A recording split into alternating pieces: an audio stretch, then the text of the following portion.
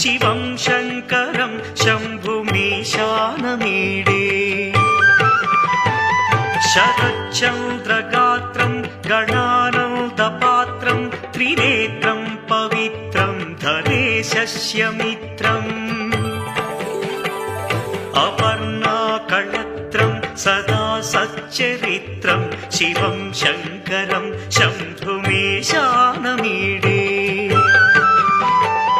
హరం సర్పహారం చితాభూవిహారం భవం వేదసారం సదా నిర్వికారం శ్మశానే వసంతం మనో